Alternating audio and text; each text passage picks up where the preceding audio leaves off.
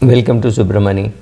I'm going to talk about portfolio construction. I've done this in the past, and again, one more video at portfolio construction is suppose you are young and you want to create your own portfolio, right? I would not advise this to a person at 60 trying to create his own portfolio, because the risks of creating your own portfolio is too high. So I think you should stick to an index fund. If you have never done this before, because at 60 your time for learning, your time for making mistakes is gone. So I mean, you could live till 90, but at 70 I may want you to anyway shift to an index fund. So I don't think there is enough time. So largely this is a younger person's pursuit. So assuming that you are interested in creating your own portfolio, now this assumption means you are willing to read, you're willing to make mistakes, you're willing to admit mistakes, right? You're willing to network among friends, you're willing to build that network, and this is not your full-time job. You are a software engineer or a doctor or somebody, and therefore I'm telling you this. If this is your full-time job, you should just skip this video. This is not not for you. So how would you go about creating a portfolio, equity portfolio? How would you go about constructing it? Are there people who will construct it for you? I don't think so. You have to do it yourself. Otherwise, you go and invest in a mutual fund or an ETF, or pick up a small cases portfolio and invest in that. Those choices are available. Other than that, if you want to create your own portfolio, and therefore we are talking about portfolio construction. So first of all, you should know why you are buying a share. Are you buying a share to sell it tomorrow morning? Are you a trader, or are you an investor? Here again, I want to address only the investor. So the investor means a guy who is buying the share, or a girl who is buying the share, and they will hold on for a longer period than a trader. Now let me give you the caveat. I have created my portfolio. It does not mean I'm not a day trader. There could be a day when I'm doing day trading. There could be a day when I'm doing value investing. There could be a day when I'm doing really deep value investing, saying okay, 10-20 years I'm going to build portfolio in this, so it's a good share showing a lot of promise.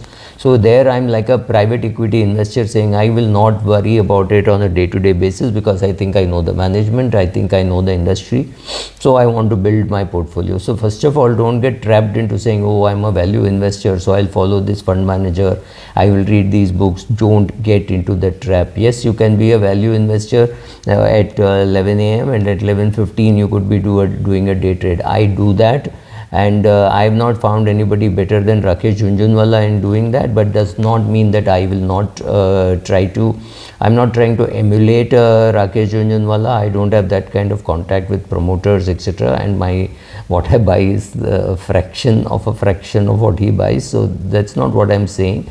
But I'm saying, don't get trapped. Don't say I'm a value investor, I'm a dividend yield investor. I personally in my life, I'm a value investor, I'm a dividend yield investor. I've done everything. But does it mean I will buy a stock at a PE of 535? Maybe, but maybe I'll day trade in it. Maybe I'll go long on a Adani Enterprises because it has fallen 25%. The day it falls 25%, I'm talking about. So any of these things you should be willing to do, and for heaven's sake, start writing about it.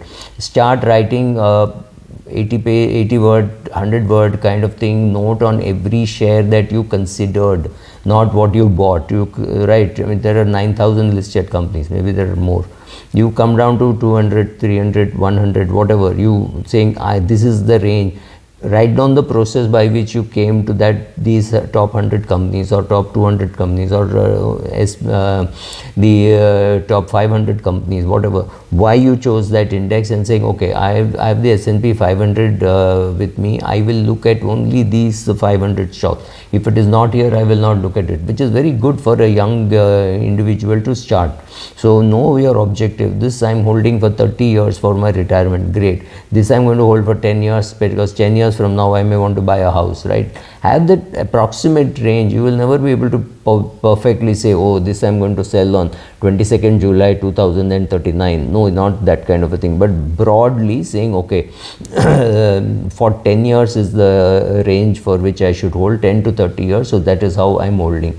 So therefore I will decide whether to average on that, whether I should do stock averaging instead of SIP in a mutual fund, right? So you should know all that. So then next step is to create your own watch list of buying and selling.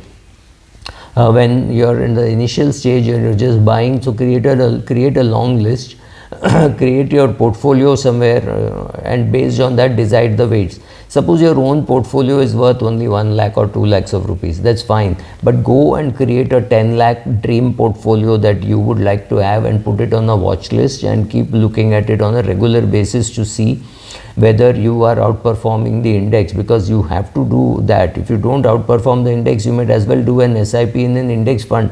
There is no logic at all for you to start creating on your own. There are advantages, there are disadvantages. Next important thing is to diversify. How to diversify? That's a very important question. I think it's very simple. Pick up your some favorite fund manager, or even better, pick up the index. See how much weightage is being given to each of them. You may not give the same weightage, but you cannot ignore. If something is 15% of the index, you cannot completely ignore that industry. So if infrastructure is 15%, you define what is infrastructure, you see what the infrastructure companies are in the index, and you should pick similar or the same stocks, whatever. But you cannot say I will go to zero infrastructure and 82% in BFSI. Then you are not creating a good portfolio. You are creating a portfolio which might do well, because suddenly BFSI may do well and you could make money. Suddenly pharma may do well and you could make money. It's not about making money. It's about creating a good portfolio, making money, and trying to keep a low standard deviation. All of this has to happen if you want to be successful in creating a portfolio. Then comes sizing, deciding how much of which share to buy. That's again not easy. We have done videos on that, on sizing. Shyam has done videos on that, Shyam Shekhar of iThought. We have spoken about it. You could see all those videos also and read about sizing, how to do sizing, because sizing is both an art and a science. Based on all this, also you have to take into account what kind of asset allocation your family is comfortable with. Are you comfortable with putting 90% in equity, or do you want to put only 60% in equity? So based on that, you decide your asset allocation. If you are young, maybe you're 28 years of age, 29 years of age, you're married, and you're going to manage the money of your money and your husband's money, let's say. Then you have to take his permission to say, this is what I'm doing, this is the strategy, check it out, read about it, right? Participate with everybody. If you're managing your own money, you're still answerable to your family, because you have no business losing all your money and saying, oh, we can't maintain this lifestyle, I've lost everything. And there are people whom I've seen in the recent past who have done that, right? So based on that, you will decide how much will be in debt, how much will be in debt which can be moved, so therefore how much will be in cash. When I say cash and cash equivalent, I mean ultra short bond funds or liquid fund, savings bank account, bank FD, whatever, wherever you want to keep, so you may say, okay, I'm very, very bullish on the market, but I have an upper cap of not investing more than 60% of my liquid net worth, and therefore I will sit on, say, 10% is in debt, so I'll sit on 30% cash. Sitting on cash sounds very easy, but it's very difficult, because it looks like, oh my God, I got 25 lakhs lying here doing nothing, right? So this anger saying, oh, I should do something, versus the fact that the money is available when a fantastic opportunity throws itself. It's not easy. You have to maneuver all that, and then have your portfolio construction happening. So I'll do more videos on portfolio construction and also stock selection, right? And whether you should be doing an SIP in those same stocks. So if you've decided that you want to buy HDFC, for example, and today you have the capacity to buy only 50 HDFC Limited, then you may say, okay, I want 500 totally, but every month I will buy 50 for the next 10 months, right? Or something like that. You will create those kind of strategies. So all that together will make you create your own portfolio. Thank you.